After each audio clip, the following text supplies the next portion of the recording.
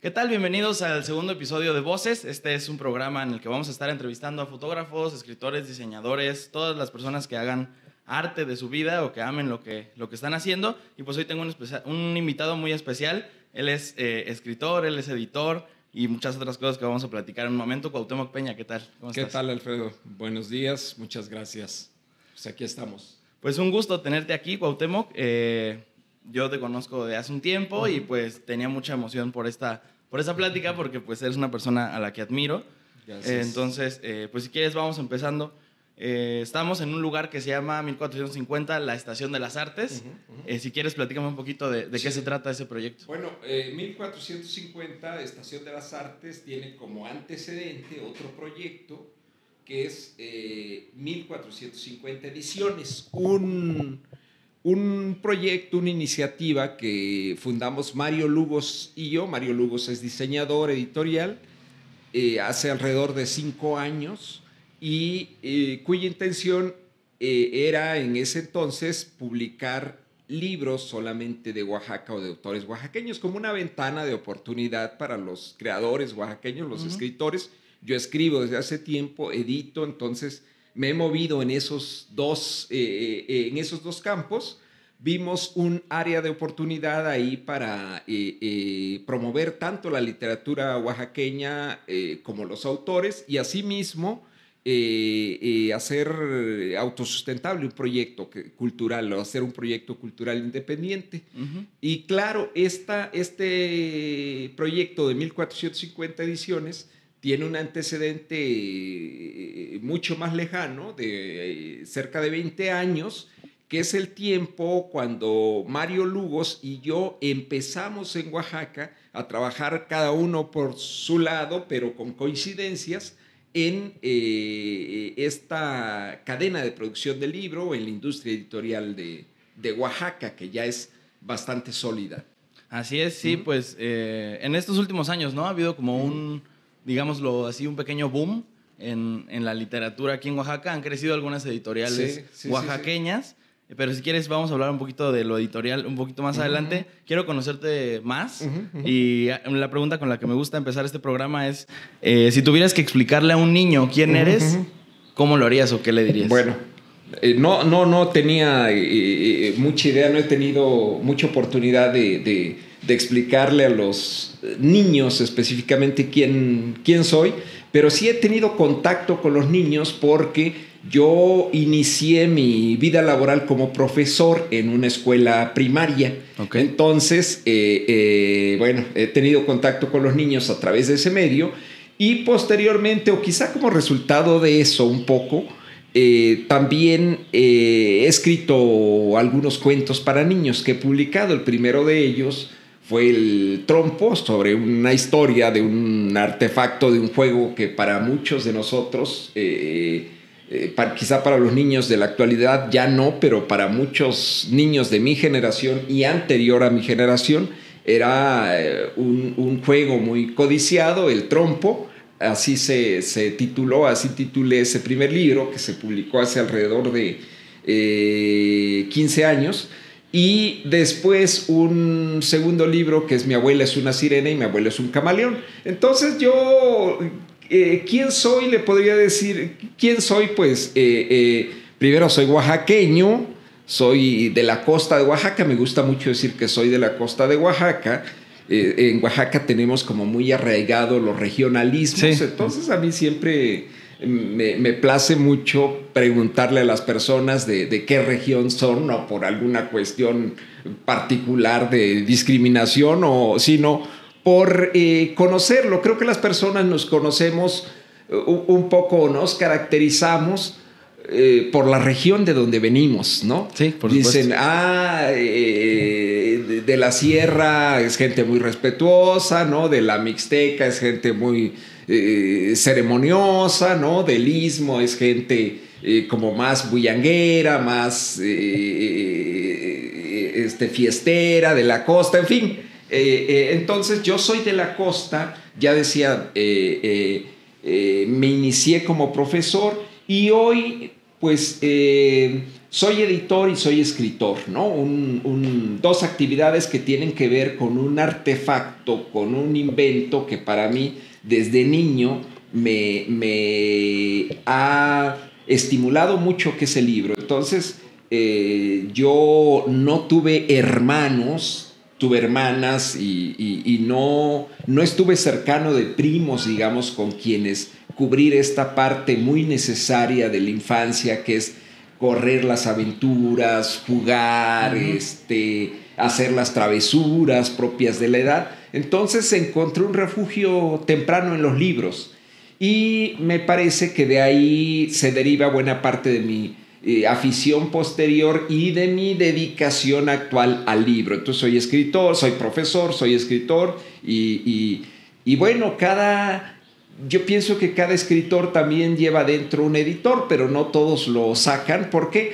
Porque pues detrás de la escritura uno siempre quiere escribir o publicar algo que esté bien hecho, algo que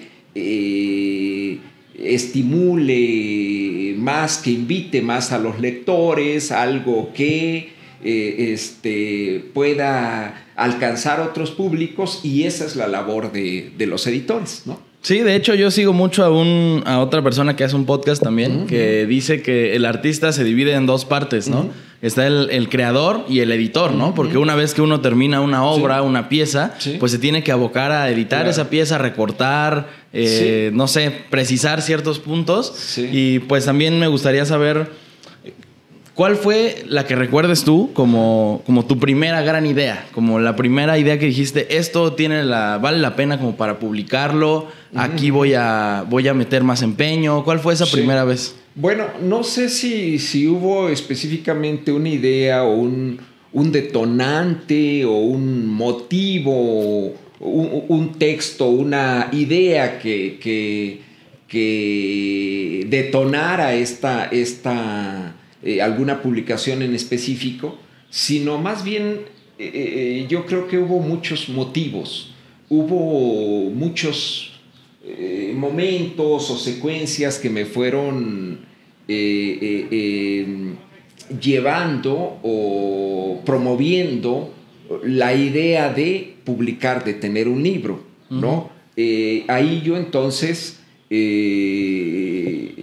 referiría las mismas lecturas que hice de niño, por ejemplo, en los propios libros de texto, ¿no? Los libros de texto que nos entregaban, y hoy todavía se hacen a principio del ciclo escolar, que eran libros novedosos que olían muy rico, ¿no? A papel, a tinta, que queríamos forrar, que queríamos recorrerlos todos. Para mí, principalmente los libros de español, de ciencias naturales, por lo que contaban. Ese fue como un detonante, pero también tuvo que ver durante mi infancia. Yo viví con mi abuela buen tiempo, y muchas abuelas contaban cuentos antes, ¿no? Sí. Contaban historias, tenían como el tiempo, la oportunidad de arrullarnos con historias. Entonces, soy originario de un pueblo de la costa. La costa como sí tiene una riqueza oral impresionante, una narrativa común, compartida, muy grande. Entonces, de ahí creo que también abrevo un poco, ¿no? Y ya posteriormente, en mi muy temprana juventud, pues en esta parte de las definiciones de qué voy a hacer, qué me gusta hacer, qué frecuento, pues me di cuenta que los libros, que la escritura era una actividad que a mí me estimulaba mucho, que me llamaba mucho, que llenaba buena parte de mi tiempo. Y obviamente eso compaginaba con la admiración que yo tenía hacia algunos escritores, ¿no? Que ya había conocido, desde los escritores como más clásicos que estaban en los libros de texto, hasta escritores que fui descubriendo por recomendación, por azar, en fin. Entonces me nace la inquietud de escribir también, exploro esa parte, ¿no? Creo que la lectura necesariamente nos lleva a la escritura también. Son dos actividades que se complementan. Quien lee obviamente tiene necesidad de escribir más adelante. ¿Por qué? Porque es una manera de reproducir, de continuar la actividad que le fascina, que es la lectura. Entonces, fueron una serie de elementos, de aspectos que me llevaron a tener mi primera propuesta literaria, ¿no? ¿Qué fue este cuento que me mencionas? No, la primera fue un libro de relatos. Fue un libro de relatos que publicó la Casa de la Cultura Oaxaqueña. Uh-huh. Yo tendría alrededor de 18 años cuando la Casa de la Cultura tenía un proyecto editorial, un programa editorial que era el único que había en la ciudad de Oaxaca en ese tiempo. Estoy hablando de finales de los años 80. Y ese proyecto editorial, que era Ediciones Garra de Tigres, 8 Venado Garra de Tigre, ese proyecto publicaba autores oaxaqueños. Uh-huh. Tuve la suerte de que me publicaran un libro muy, muy sencillo de mis primeros cuentos, que algunos de ellos ya habían aparecido en periódicos. Creo que los periódicos, así como las revistas, son como la primera ventana de oportunidad para quien escribe. ¿Todavía existen periódicos que publiquen literatura? Sí, existen en Oaxaca. Digo, tengo entendido que al menos los 2 periódicos de mayor circulación, de más circulación, Noticias, El Imparcial, tienen secciones que esporádicamente publican narrativa, ¿no? Y algunas revistas que ahora, en estos años, han estado como adormecidas un poco, pero hace 15, 20 años hubo una implosión de revistas literarias en Oaxaca. Y sí hay esto. Yo siempre he pensado, y lo he hecho con los amigos, cuando no lo hay, pues hay que generarlos, ¿no? Uh-huh. Y de ahí que también muy temprano yo con otros amigos y yo empezamos a generar algunas publicaciones que nos permitieran también publicar lo nuestro. Sí, hubo amigos como Emilio Fuego en La Mixteca, como Fidel Luján acá en Oaxaca, en fin, que hicimos proyectos editoriales para autopublicarnos. De hecho, eso te quería preguntar. Tú que estás a cargo de una editorial y de un proyecto que tiene que ver con libros, ¿qué percepción tienes de la autopublicación? Sí, yo, digamos, como acción creativa, desde luego es una opción y me parece muy loable y recomendable, ¿no? Okay. ¿Por qué? Porque no siempre hay que esperar que sean las instituciones u otras personas quienes publiquen. Creo que quien tiene la inquietud de escribir, pues tiene todo el derecho a publicar, ¿no? Uh-huh. Y bueno, en este país, en este estado y en muchas partes del mundo, y creo que desde siempre publicar ha sido un tanto complejo, un tanto difícil por lo que significa. Hoy vemos a la publicación pues como una tecnología básica a la que podemos tener acceso, pero realmente publicar es complejo, es una tecnología compleja. Sí. Entonces, por lo mismo, no todos, no se tienen las publicaciones, las oportunidades de publicar que se deberían, ¿no? Uh-huh. Siempre hay carencia de esas oportunidades. Y creo que si un autor, un colectivo, un grupo, una asociación, una persona está en posibilidad de autopublicarse, pues es magnífico. Los libros nunca sobran. Sí, claro, los materiales nunca sobran. Ahora, creo que la polémica se da cuando estas publicaciones entran a un mercado, digamos, porque yo también comulgo que con el hecho de que hay tanto que leer, hay muchísimo que leer, sí. Que creo que cuando ofrecemos ya el libro como un producto a otras personas, debemos ser bastante honestos en que lo que se ofrezca sea un libro, un texto de calidad. ¿Y a qué me refiero con eso? Un texto trabajado, un texto no improvisado, un libro editado consistentemente, un libro que te asegure que lo que tú estás pagando por ese material corresponde, ¿no? Al contenido, a lo que te ofrecen, porque ya estás metiendo tu libro a un mercado, ya estás ofreciendo un producto, y creo que el consumidor de ese producto también tiene el derecho a recibir una buena oferta, ¿no? Entonces ahí se da quizá la polémica en cuanto a las autopublicaciones, ¿no? Porque entra el marketing, ¿no? Sí. Y de repente pues te ofrecen el bestseller que está referido por no sé cuántos periódicos o lo que quieras, y al final lo lees y no digo que sea mala literatura, pero tal vez no cuenta con los elementos con los que estás tú platicando, ¿no? Claro. Y ahí hay un engaño, o hay un fraude para el consumidor, y que en este tiempo, como bien dices, se da más, prolifera más, porque desafortunadamente está desapareciendo una figura clave. No lo digo yo, lo dicen grandes autores, ¿no? Lo dijo Humberto Eco, lo dijo el mismo García Márquez, lo han dicho muchos autores, que en estos tiempos ha desaparecido una figura, una función central para asegurar la calidad no solo del libro, sino de la propuesta artística o creativa, que es la figura del crítico.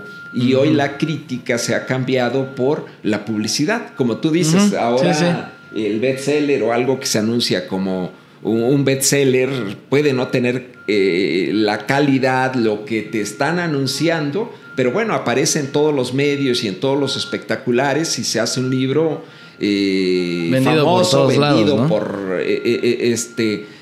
Vendido en un tiraje de millones de ejemplares, y que no cubre esa cuota de calidad, ¿no? Esa cuota creativa quizá que debe tener toda obra artística, ¿no? Que es como la singularidad, ¿no? Esas características para sorprenderte, para estimularte, no solo digo en los libros, sino en la pintura también, porque se da, ¿no? En la música, en fin. Sí, en todas las artes, ¿no? En el cine, ¿no? De pronto el cine te anuncian mucho, o hacen crecer un autor, una actriz que no tiene talento, pero como se anunció muchísimo, ahí está, ¿no? Sí, bueno, y pues este programa se llama Voces, y una pregunta que me gustaría hacerte es, Martín Caparrós, el escritor argentino, dice que para encontrar tu voz lo único que puedes hacer es copiar, ¿no? Y agarrar como elementos de otros autores e ir buscando tus referentes, y ya uniendo todas esas cosas que te gustan o que te funcionan de otras personas, que nace algo nuevo, ¿no? ¿Cuáles son tus referentes? ¿Cuáles son las personas que lees? ¿Qué géneros te gusta leer? ¿Qué consumes? Sí. Bueno, primero esto de la opinión de que si la voz es como copiar o tomar ya una voz. Yo creo que yo matizaría un poco ahí la expresión, que son voces derivadas, como se dice, ¿no? Entonces, claro, uno lee, uno admira a ciertos personajes desde la infancia, y de ahí, de esa admiración se va derivando quizá tu propia voz, tu propio estilo de decir las cosas, y no corresponde solo a un autor, sino a épocas, a regiones geográficas. Y es lo que cuando me han preguntado así como de dónde viene tu literatura o a quién admiras, yo la respuesta en principio es, bueno, es difícil hablar de, o no me gusta hablar de un autor o de autores en específico, sino quizá de corrientes, quizá de regiones del mundo, que es lo que a final de cuentas va formando en ti como este acervo que a veces le llaman el canon literario, que te va formando, ¿no? En caso particular, por ejemplo, me gusta mucho la narrativa, te decía al principio, me gusta escuchar mucho historias, y las historias que de infancia y de adolescencia me gustaron mucho y creo que me definieron como narrador fue, por ejemplo, la literatura rusa de finales del siglo XIX, principios del siglo XX, ¿no? Entonces, desde obras pedagógicas como Banderas en las Torres de Makarenko, por ejemplo, que son voces muy, muy, muy potentes. Entonces, han sido, te digo, corrientes, han sido libros geográficamente ubicados o épocas las que me han conmovido y me han motivado la voz. Por ejemplo, sí fui lector asiduo entre los 15, 20 años hasta los 25 años de esto que le llamaron la literatura latinoamericana. El por boom, ejemplo, ¿no? El famoso boom, ¿no? Que es como obligados para todos, ¿no? Pero te digo, sí, hubo autores como italianos, por ejemplo, como Giovanni Papini, que son narradores extraordinarios, ¿no?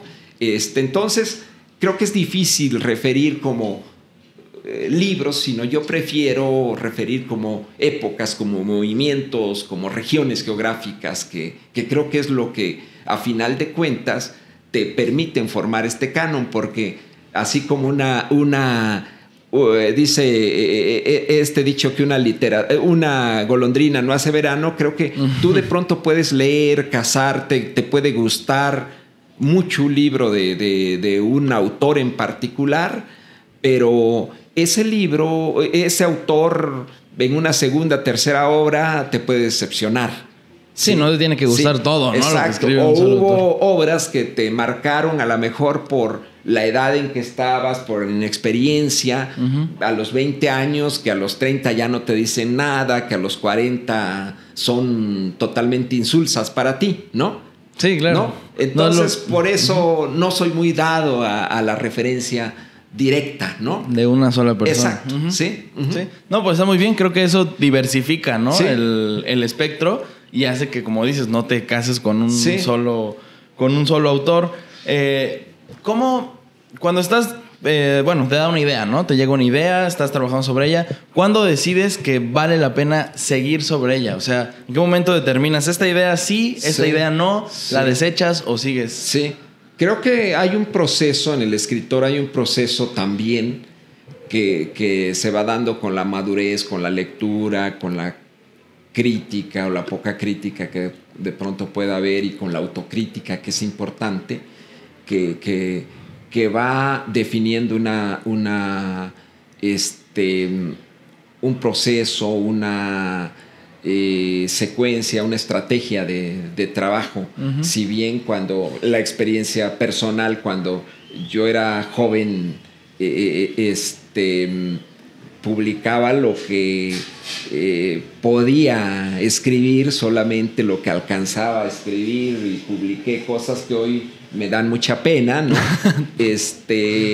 Fui aprendiendo con los años que todo texto requiere lecturas, relecturas, todo texto tuyo tiene que madurar como cualquier fruto, ¿no? Que tienes que ser como prudente de pronto para publicar, pero tienes que ser muy atrevido para escribir, ¿no? Entonces, fui aprendiendo que había que escribir mucho, que había que escribir siempre, pero que había que publicar poco, ¿no? Entonces yo tengo esa característica, ¿no? Ahora, por ejemplo, mi libro, que ya no es reciente, pues, de narrativa, tiene alrededor de 3 años que lo publiqué, y estoy ahora en proceso de publicar uno más, pero lo estoy trabajando. De pronto sí desecho mucho, sí me doy oportunidad de la autocrítica, que es algo que creo que me dota mi quehacer también como editor. Una de las características del editor es saber cortar, saber ser como bastante agudo con lo que estás leyendo, con lo que tienes que recortar, rehacer. Y bueno, eso no sé si ha sido desventaja o ventaja, pero me ha permitido ir generando una dinámica, un proceso de trabajo que para mí tiene que ver mucho con la disciplina y con lo sistemático, ¿no? No creo que la escritura deba ser ajena a otros oficios que requieren disciplina y requieren un sistema para escribir. Entonces, yo soy muy dado a eso y bueno, produzco, escribo, sí mucho, pero publico poco, ¿no? Estamos de vuelta después de una pequeña pausa. Y pues, Cuauhtémoc, ahora que hablabas de esto de la disciplina y esta cuestión en la escritura, una vez yo le escuché a Alberto Chimal, a este escritor mexicano, sí. Que dijo que había 2 tipos de escritores, ¿no? Los que llevan una ruta, o sea, que se trazan un plan, y los que van así sin ninguna forma de... Sí. ¿Qué tipo de escritor eres tú? Sí. Pues mira, creo por mi carácter, por mi formación, que sí he tenido una necesidad de trazar una ruta. Porque de pronto soy disperso también, y si no me propongo metas, me sucede lo mismo como escritor y como editor. Tengo más riesgos de no cumplir o no alcanzar ese objetivo. De abandonar, ¿no? Sí. Entonces, en cuanto a mis metas como escritor, que son, creo que comunes a todos quienes escribimos, pues mi meta es que me lean, ¿no? Mi meta es tener libros recientes, ¿no? Libros que interesen a las personas, y para eso hay que hacer un plan, ¿no? Sí, por supuesto. Hay que hacer un plan, desde un plan tan básico de decir, es para quién voy a escribir, ¿no? Y yo en algún momento he decidido, en alguna época de mi vida como escritor, decir, quiero escribir para niños, ¿no? Y entonces, pues es distinta la experiencia, distinto. ¿Qué tanto cambia la literatura para adultos con la literatura para niños? ¿Cuáles son los desafíos en una y en otra? Bueno, creo que cada quien tendrá su manera. Hay quienes dicen que no distinguen, que solo escriben y no distinguen para quién, y que el propio libro toma su camino, su público. No creo que suceda eso en la actualidad. Quizá antes, cuando la definición de infancia no estaba tan clara, estoy hablando de hace 2 siglos, del siglo XIX, quizás podía. Hoy, incluso la misma industria editorial ha puesto como estos escaños, ¿no? De decir, esto es para niños, esto es para otro tipo de lector, ¿no? Que tampoco está bien parcelar tanto, ¿no? Porque hoy he visto algunas convocatorias o algunos libros tan específicos que dice, esto es para, no sé, mayores de 60 años, ¿no? Y dices, pues, ¿qué diferencia hay en un mayor de 60 40 años? 40, para así decirlo. Pero sí me he trazado como esas metas. Soy un escritor y un editor por lo mismo. En la edición, si no hay metas, no hay resultados. Entonces me he trazado metas sin que eso signifique perder la libertad de pronto, que es muy necesario en el trabajo creativo.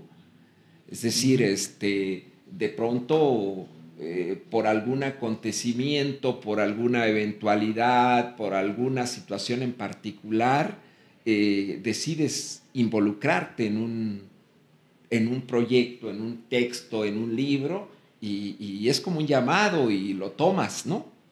O a veces, que a mí me sucede también, no con la narrativa, sino con textos. Yo trabajo muchos textos de divulgación, que se les llama. Yo he publicado más textos de divulgación, creo que de narrativa, y que ahí son ya peticiones muy específicas, ¿no? Oyes, pues, escribe un libro sobre el turismo en Oaxaca, o sobre la gastronomía oaxaqueña, o sobre el mezcal, o sobre las artesanías, sí. que te exigen también, o ahí son más exigentes en cuanto a esa meta en específico. Porque dicen, bueno, es que quiero un libro de la Guelaguetza para la Guelaguetza, ¿no? Entonces tienes 3 meses para hacerlo. Sí, ¿no? Tienes tal tiempo. Ajá. O quiero un libro para el aniversario de tal institución, y el aniversario es dentro de 3 meses, entonces tenemos que planear y decir, en un mes lo escribo, en un mes se diseña y en un mes se publica y hay que salir, ¿no?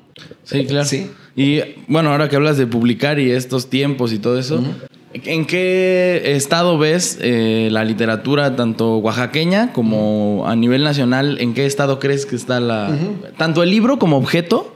Ya que platicabas, ahorita ya no es nada más la portada en blanco, o sea, ahora se introducen muchísimos elementos, incluso ya hay libros en los que tú mismo controlas la historia y cambias el final. ¿En qué estado se encuentra la literatura? Sí, bueno, me gusta ver la literatura no aislada de los ambientes, los paisajes culturales donde nace, porque la literatura tiene que ver con todas las expresiones del arte, de la cultura, del desarrollo de la sociedad. Eso responde la literatura. Entonces, desde luego que al encontrarnos en un espacio geográfico y social tan rico en expresiones culturales como es Oaxaca,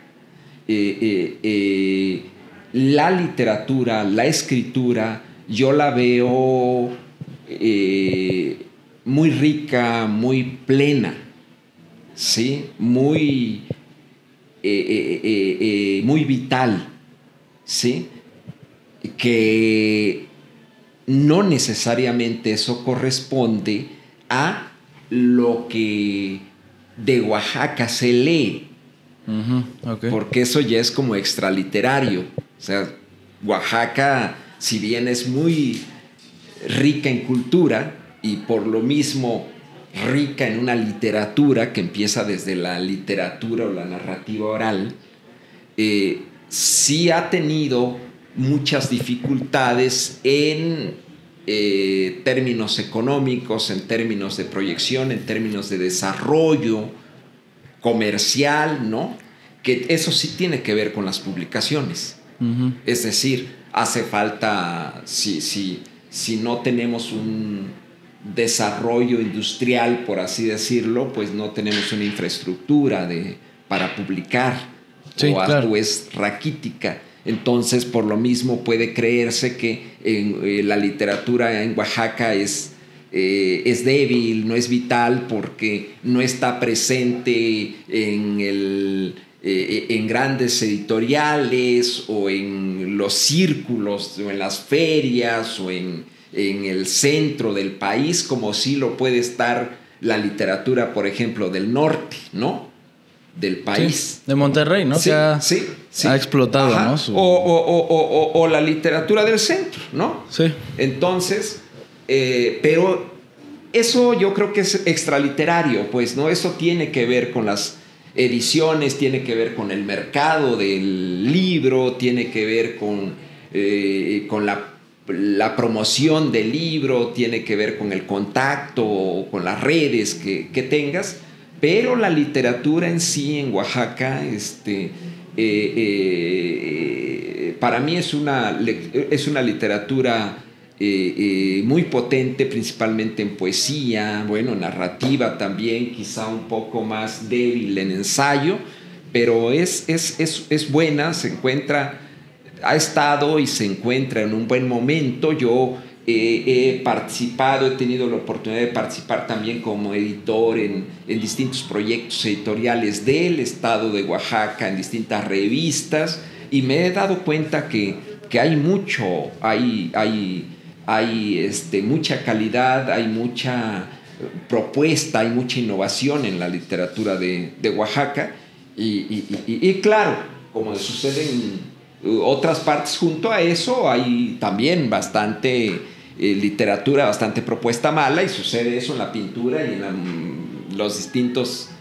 las distintas expresiones culturales, pero estamos hablando de la literatura, pero hay, digamos, voces que pueden representar muy bien a Oaxaca en el panorama nacional. ¿Qué es lo que hace falta? Pues que esas voces tengan otros canales, que esas voces puedan ser escuchadas más allá de Oaxaca, y ahí juegan un papel importante las editoriales, las convocatorias, los editores, ¿no?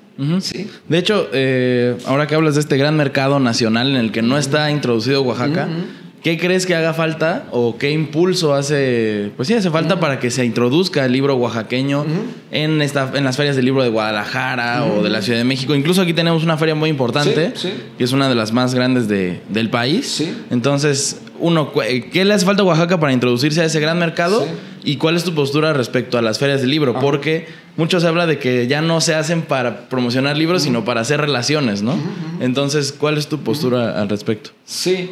Bueno, hacen falta varios incentivos, varios aspectos que atender.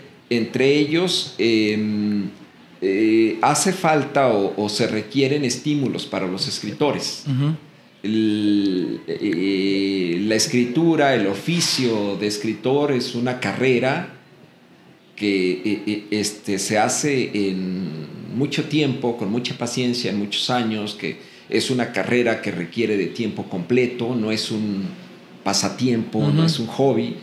Y entonces el escritor debe tener las condiciones para hacerlo, para terminar esa carrera y no quedarse a la mitad de esa carrera, para titularse en esa carrera, digamos, en términos metafóricos. Y son los estímulos que hacen falta, ¿no? Ya es bastante difícil escribir bien, entonces si a eso le sumas que tienes tú que generar las posibilidades para publicar, para ir a leer a otras partes, pues es doblemente difícil. Entonces ahí es donde debe estar el estímulo, desde luego institucional, ¿no? A través de recursos, a través de becas, a través de no sé, facilitar el que se conozcan, el que los libros de Oaxaca estén en otros lugares, y también de la iniciativa privada, ¿no? ¿Por qué yo digo de la iniciativa privada, de las iniciativas independientes? Porque creo que todos tenemos un compromiso con la literatura. La literatura, el libro, nos hace una mejor sociedad. Una persona que lee, una persona que escribe, va a ser una persona que generalmente va a aportar a esta sociedad, va a ser una sociedad mejor. Entonces creo que todos estamos comprometidos con eso. Entonces hacen falta estímulos a los creadores, a los escritores, para que en realidad su actividad escritural sea eso, sea un oficio, sea una actividad y no sea un pasatiempo o algo tenga que realizar después de una larga jornada de trabajo. Que puedan dedicarse a eso al 100%, ¿no? Sí, o pueda estar dentro de sus prioridades o dentro de sus tiempos. Hay ejemplos, desde luego, notables de escritores que no contaron en su vida con apoyos, con estímulos, que desarrollaron otras actividades de trabajo y después de trabajar quizá como bestias todo el día, llegaban a su casa y trabajaban e hicieron obras sorprendentes en sus noches de desvelo, pero bueno, son genialidades que no siempre se dan, ¿no? Esos son sucesos extraordinarios. Es el mito del artista de que tiene que vivir en la pobreza y, o sea, esa cuestión romántica, ¿no? Pero pues en realidad lamentablemente no existen los factores, como dices, las condiciones para que un escritor joven o un escritor pues ya maduro, más de más años, diga, tengo tantas horas al día para dedicarle a la reflexión, a la escritura, a la edición, a todo ese tipo de cosas, ¿no? Sí, tengo oportunidad para alimentarme como artista, como creador, y que eso se refleje en mis textos, en mis obras, que sean innovadoras, que no esté yo repitiéndome, en fin. Entonces, eso sí requiere condiciones. Eso sí requiere condiciones, ¿no? Y condiciones económicas, condiciones de espacio, condiciones físicas, ¿no? Y bueno, en cuanto a las ferias, yo no me gusta discutir mucho el asunto de esto, porque creo que toda iniciativa que de alguna manera, así sea colateral, toque, o sea, a favor de los libros, de los escritores, es necesario. O sea, es tan grande la necesidad que cualquier iniciativa a favor se agradece. Y es cierto, se critica a veces que las ferias o son muy exclusivas o discriminan o tienen otra función más allá de promover el objeto central que es el libro. Eso puede ser, ¿no? Hay ferias especializadas que se dicen ferias de libro, ¿no? Feria del libro de Bolonia, pero no es para el escritor, casi son para los editores, ¿no? Para que consigan relaciones públicas, ¿no? Sí. Y es válido. Sí, pues, claro, ¿no? Es válido. Entonces, yo creo que son iniciativas que tienen que fortalecerse, ¿no? En Oaxaca, como tú bien decías, tenemos una feria que es importante a nivel nacional y que pues todos tendríamos que pugnar porque sea una feria internacional, muy relevante, ¿no? Porque incluya cada vez a más voces, porque venda cada vez más libros, en fin, ¿no? Me parece que, y lo vemos diariamente en Oaxaca, ¿no? Lo vemos en espacios hoy como el MACO, el Museo de Arte Contemporáneo, u otras iniciativas. Me parece que el polemizar mucho en las iniciativas culturales daña de pronto, ¿no? O desgastan. O cuando entra la política en la cultura, no hace bien. Quizás sea, como decías hace un rato, puede ser una idea romántica, ¿no? Porque algunos dicen que el arte es político en esencia, pero para mí, y creo que ha sido la línea que he llevado como escritor, como editor, y ahora con la edición 1450, la editorial, y con Estación de las Artes, es decir, generemos un espacio que nos dé oportunidad a más personas, que nos desgaste menos en la discusión, que nos dé más bien energía, estímulos para hacer lo que queremos hacer con respecto a la escritura, a los libros, ¿no? Sí, claro. Hace falta, ¿no? Y también hablabas ahorita de estímulos. Tú has sido dictaminador del FONCA. Sí. Has trabajado con el FONCA. ¿Cómo se dio ese acercamiento? ¿Cómo llegaste ahí? Cuéntame un poquito de eso. Bueno, te decía, pues todo oficio artístico pues es de largo plazo. Yo hace muchos años como muchos escritores, como pintores, como músicos, fui participando en iniciativas, en proyectos, en becas que ofrecían instituciones como el FOESCA, como el FONCA. Fui joven creador hace muchísimo tiempo, ¿no? Con otras personas que siguen en el medio cultural de Oaxaca. En los 90 fui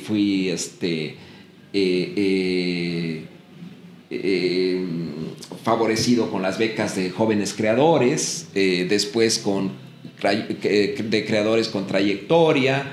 Participé en concursos, también en convocatorias que se hacían entonces para, recuerdo por ejemplo el premio Andrés Sinestrosa de literatura, y otro premio José Vasconcelos. Entonces tuve suerte con algunos premios, con algunas becas, y bueno, eso te va generando, como en todas las actividades, no solo culturales, sino de todo tipo, ¿no? Del quehacer humano, pues te va haciendo de una historia de vida, ¿no? De una historia laboral, de una historia artística, que después de becario pasó a ser tutor, por ejemplo, de becarios estatales del FOESCA, después de ser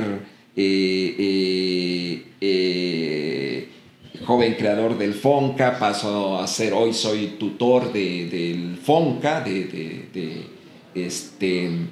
creadores del FONCA. Entonces, pues tiene que ver con lo que te decía hace un rato: seguir una trayectoria, tener una disciplina, tratar de ofrecer los productos, los servicios de tu experiencia de calidad, ¿no?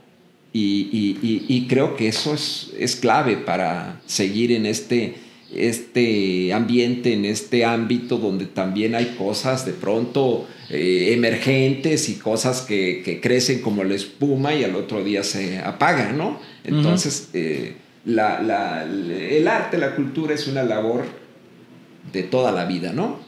Sí. Sí, pues no termina, ¿no? Sí, exacto. Y pues así, lo que sí termina ya es este programa, que yo encantado de saber más de ti, de conocerte. Eres una persona que, como decía al principio, admiro mucho. Gracias. Y pues espero que tengamos más pláticas como esta. Que sí. Estás invitado las veces que tú gustes venir. Y pues este fue el capítulo número 2 de Voces. Muchas gracias y hasta la próxima. Gracias.